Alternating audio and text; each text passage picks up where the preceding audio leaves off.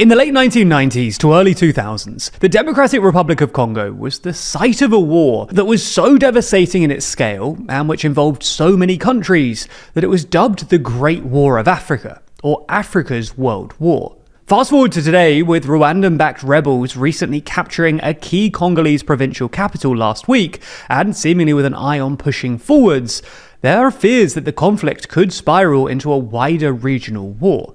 So in this video, we'll explain what's going on in the region, and why things look like they could escalate. The M23 rebel group captured the city of Goma, the largest city and the capital of the DRC's North Kivu province.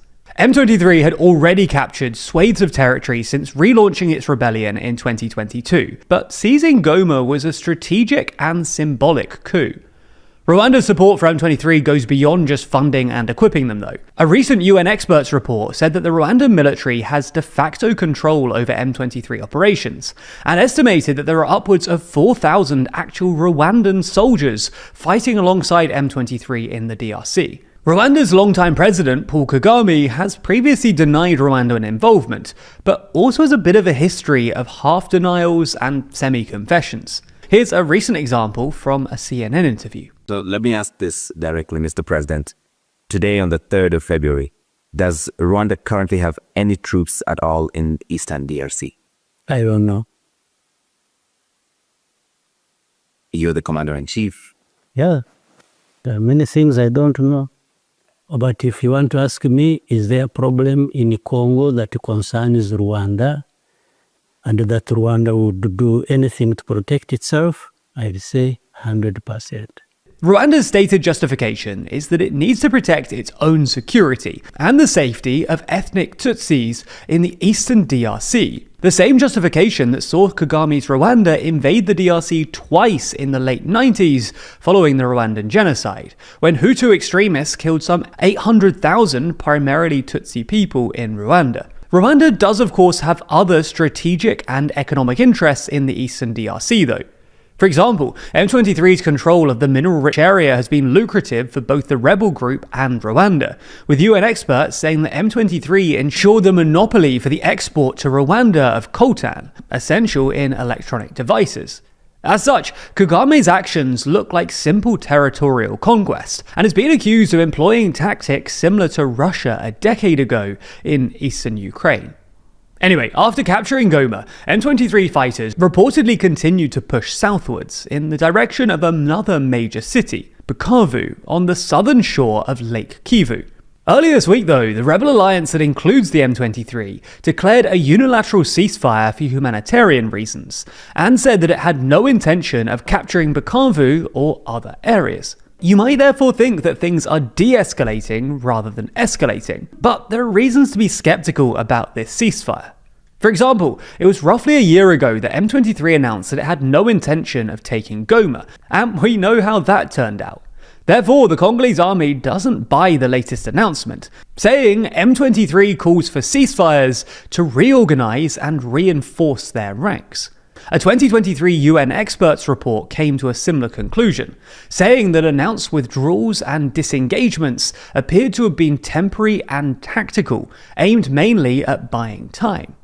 Now, if M23 ceasefire does not hold, it could draw another country into the conflict, Burundi.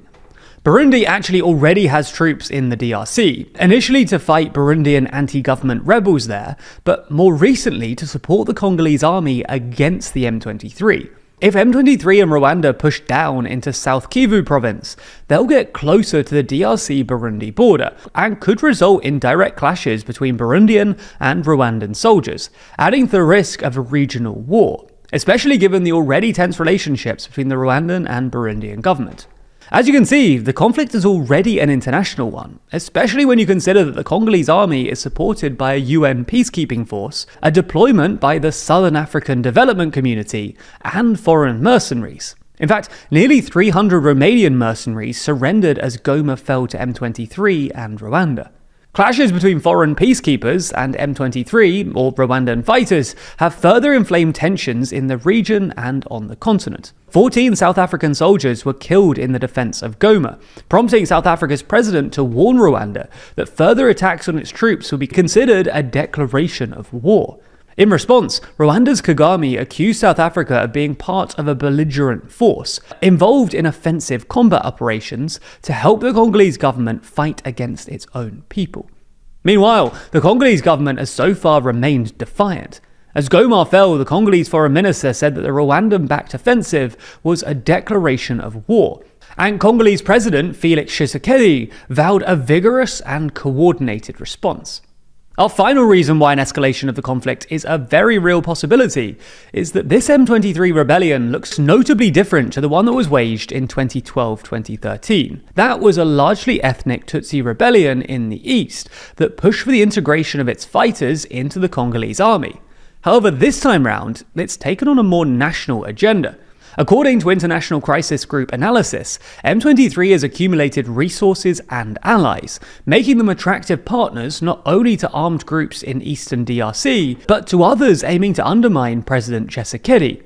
Last year, M23 joined the Congolese River Alliance, or AFC, which sort of acts as a political umbrella for the group. In fact, the AFC's leader is Corneille Nangaa, who is not a Tutsi, and is in fact a former Congolese Electoral Commission chief, and is an ally-turned-rival of President Tshisekedi. After capturing Goma, Nangaa said that his group's eyes were on the capital 1,000 miles away, saying that we want to go to Kinshasa, take power, and lead the country. The International Crisis Group writes that this aligns with Rwanda's probable strategy of creating a deniable but powerful Congolese front to exact the maximum leverage over the DRC and confirm its dominance of North Kivu province at a minimum. So at this point, what hope is there for de-escalation? Well, mediation efforts, unsuccessful so far, are ongoing. Both the DRC's Tshisekedi and Rwanda's Kagame are due to attend a regional summit this weekend. But the two sides are clearly far apart, and it was only last week that Tshisekedi pulled out of planned Kenyan brokered talks. At the same time, perhaps the most powerful instrument to end Rwanda's support for M23, international sanctions, is struggling to go from words to action. M23's previous rebellion was defeated after Rwanda withdrew its support for the group, when the international community cut aid to Rwanda. But Kagame has increasingly positioned himself as a key, reliable partner of the international, particularly Western community, whether it's promoting Rwanda as a business-friendly beacon of stability in Africa, sending peacekeepers to protect Western gas infrastructure in Mozambique from Islamist insurgents, agreeing to take deported asylum seekers from the UK, or signing a minerals agreement with the EU. Since Goma fell, there have been the beginnings of a push to pressure Rwanda. The UK warned that Rwanda was jeopardizing its aid. Germany cancelled a meeting with Rwandan officials, and Belgium is pushing for the EU to suspend its minerals agreement. But whether any of this turns into effective concrete action